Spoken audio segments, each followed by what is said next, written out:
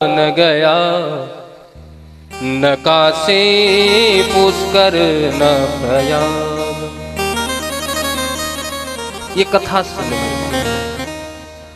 गंगा चले जाओ, काशी चले जाओ, पुष्कर प्रयाग, चारों धाम कर लीजिए आप, जो फल की प्राप्ति नहीं होगी वह फल मात्र एक बार श्रीमद् भागवत सप्ताह श्रवण से हो जाता है।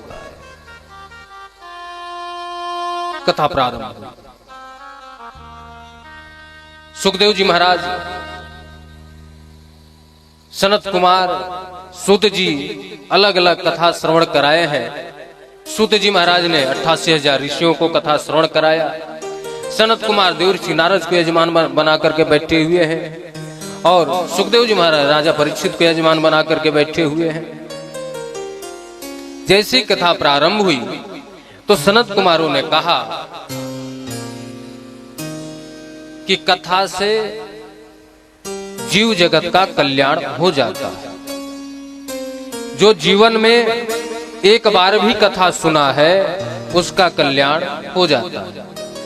अधम से अधम जो महापापी है उसका कथा सुनने से कल्याण हो जाता है। देवर्षि नारद ने कहा कि प्रभु मान लीजिए जब जिंदा है व्यक्ति उसमें कथा सुन ले कोई बात नहीं, लेकिन शायद कोई ऐसा अधम हो जीते जी कथा सुन न पाया और मर गया हो तो उसका कल्याण क्या हो सकता है? उसके कल्याण का क्या कोई उपाय है? कोई महापापी हो, अपने जीवन में कोई धर्म कार्य न किया हो, कभी धर्म कार्य न किया हो और मर जाए तो क्या उसका कल्याण हो सकता है? कोई उपाय है? बोले हाँ उपाय है। एक कथा सुनाते हैं सनत कुमार। ए मानवाः पाप कृतस्तु सर्वदा सदा दुराचार रता विमार्गा। मनुष्य तन पाकर के सज्जन बनना आसान नहीं होता। बिरला कोई एक सज्जन होता है, साधु होता है, नहीं तो किसी न किसी प्रकार का उसके अंदर विकार अवश्य पाया जाता है। महापापी व्यक्ति है, क्रोधा निदग्धा कुटिलास्य कामिना सप्ताहनि यज्ञेन कलौ पुरंदिते। जीवन भर क्रोध किया है, कुटिल है, कामी है, माँ का हत्या किया, बाप का हत्या किया, गुरु का हत्या किया, गाय का हत्या किया। ऐसे अधम के नाम से भी एक कथा का आयोजन किया जाए और वह प्रायश्चित करे तो जाकर के उसका कल्याण हो सकता है। लेकिन सत्येन हीना पितृ मातृ दूषिका कायेन वाचा मनसापि पातकम नित्यम प्रकुर्वन्ति सठा हठेन ए। जो माता पिता का हत्या किया हो, गुरु का हत्या किया हो, अपमान किया हो, श्रीमद् भागवत सप्ताह से ही कल्याण उसका नहीं हो सकता। उसको नरक जाना पड़ेगा, प्रायश्चित करना पड़ेगा, दुख तो भोगना पड़ेगा, तभी जाकर के उसका कल्याण हो सकता है। अधम से अधम का कल्याण तो हो सकता है, लेकिन माँ बाप का जो अपमान किया हो, जो संतों का अपमान किया हो, ऋषियों का अपमान किया हो, गर्भस्थ शिशु का हत्या किया हो, उसको तो नरक में जाने से कोई रोक नहीं सकता। हाँ कष्ट मिलेगा, वह प्रायश्चित करे, उसके नाम से कथा रखा जाए। प्रायश्चित करने के बाद जैसे लोग कहते हैं अजामिल ने मरते समय नारायण नाम लिया कल्याण हो गया, प्राय यही हम लोग सुने, जबकि ऐसा नहीं है। मरते समय नाम लिया, यमराज के दूतों ने उसके प्राण को छोड़ दिया, फिर से उसने भजन किया, कीर्तन किया, प्रायश्चित किया, तब जाकर के कल्याण हुआ। ऐसा नहीं कि मरते समय बोल दिया और चला गया भगवत धाम।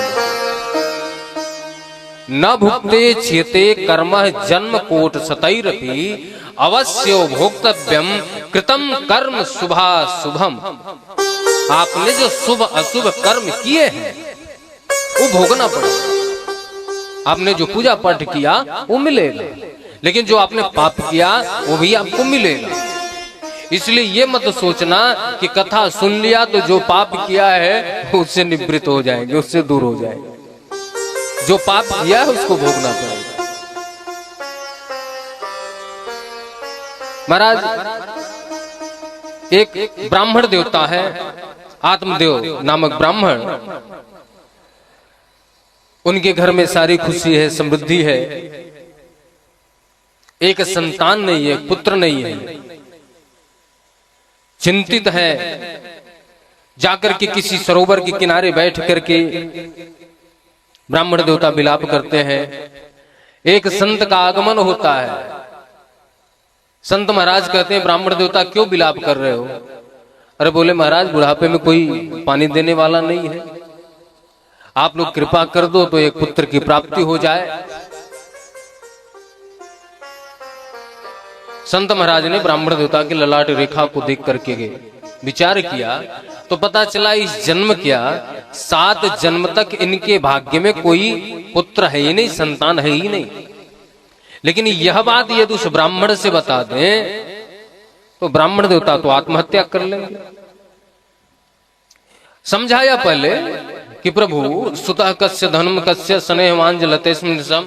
अरे किसका कौन बेटा, किसका कौन बाप, आप भगवान का भजन करो, भजन कीर्तन कीजिए, कल्याण होगा। बोले महाराज इतना बड़ा बैरागी तो नहीं हूं, आप कृपा करो। संत महाराज ने एक फल दिया। बोले ले जाकर के अपनी पत्नी को दे दो, इस फल के प्रभाव से, इस प्रसाद के प्रभाव से आपको एक पुत्र रत्न की प्राप्ति होगी। फल को लाकर के अपनी पत्नी को दे दी। पत्नी जी थोड़ी कर्कश स्वभाव की थी। कर्कश मतलब आप लोग समझ गए? बोलो राधे राधे। हाँ, झगड़ालू स्वभाव का। देखो इशारा ही काफी होता, जो झगड़ा करता हो समझ जाएगा। कर्कश स्वभाव की है, झगड़ालू स्वभाव की है। उन्होंने विचार किया कि पंडित जी ने फल ला करके दिया है, फल को खाऊंगी, मेरे गर्भ में जीव का आगमन होगा, 9 महीने इतना बोझ लेकर के ढोना पड़ेगा, 9 महीने के बाद बच्चा जन्म लेगा, फिर उसका पालन पोषण, मल मूत्र साफ करना, इतना कौन झंझट को अपने सर पे ले। इससे अच्छा इस फल को मैं नहीं खाती हूँ, बाहर रख दिया, एक गाय ने आकर के उस फल को खा लिया। अब पंडित जी को जवाब क्या देंगे?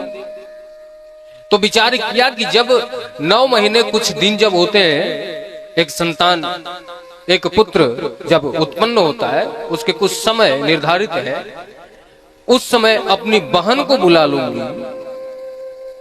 और संयोग से उसी समय उनके बहन के गर्भ में जीव का आगमन हुआ था। तो 9 महीने कुछ दिन के बाद अपनी बहन को बुला करके उसके पुत्र को मैं गोद ले लूंगी और पंडित जी को मैं बोल दूंगी कि मेरा ही पुत्र है। तो क्या ये बात पंडित जी को पता नहीं चलती? एक ही घर में है तो क्या पंडित जी को पता नहीं चलता मेरा बेटा है या नहीं? प्रश्न आया तो संतों ने बताया, सूत जी ने बताया कि जो आत्मदेव नामक ब्राह्मण है, द्वितीय इव भास्कर। कैसे ब्राह्मण है? दूसरे सूर्य के समान। एक तो भास्कर है और दूसरे आत्मदेव ब्राह्मण है जो दूसरे सूर्य के समान है, कर्मकांडी ब्राह्मण है। 1 वर्ष में एक बार ही अपने घर के आंगन की ड्योढ़ी डांकते हैं, उसके आगे जाते हैं, नहीं तो 364 दिन दरवाजे के बाहर रहते हैं।